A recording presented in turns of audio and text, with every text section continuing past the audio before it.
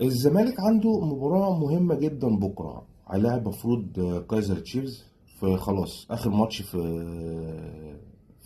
المجموعات. والماتش ده يعني يعتبر 2 في 1. انت المفروض تكسب عشان تصعد، ده رقم واحد. رقم اتنين عشان تطلع أول مجموعة، لأن تعادل أو خسارة، خسارة تطلعك بره، تعادل انت بقى وتشوف بقى بقية الفرق هتعمل ايه، وقصة ملهاش أي لازمة. فانت الماتش ده 2 في 1، لازم تكسب عشان تصعد اول. تصعد اول حاجه، وتاني حاجه انك تصعد اول. طيب بعد مباراه سموحه، من وجهه نظري يعني انا شايف التشكيل اللي المفروض يبتدي بيه إيه الانسب، اللي المفروض يبتدي بيه. انا حراسه المرمى بالنسبه لي ايا كان، سواء هادي سليمان او صبحي اللي موجود، هتجيبوا عواد من البيت، انا ما عنديش مشكله في حراسه المرمى. الاثنين قلب دفاع حسام عبد المجيد والونش. الباكات الخضري ومحمد ابراهيم. ولو بنتايج جاهز افضل ان انا ابتدي بيه، يعني لو عايز تنزله في الشوط الثاني انا ما عنديش مشكله، بس انا لو مكانك انا هبتدي بيه. تعالى بقى كده الاهم حاجه بالنسبه لي انا، الثلاثي بتاع خط النص لازم محمد اسماعيل ست.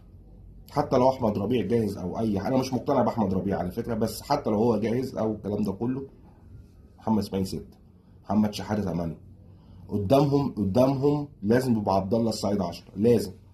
ما عندكش صانع لعب دلوقتي، ادم كاد مصاب، فلازم هو عبد الله السعيد هو افضل في ال 45 دقيقه الاولانيين بتوع الشوط الاولاني. فانا شايف ان عبد الله السعيد هو لازم اللي يكون الثلاثي اللي قدام.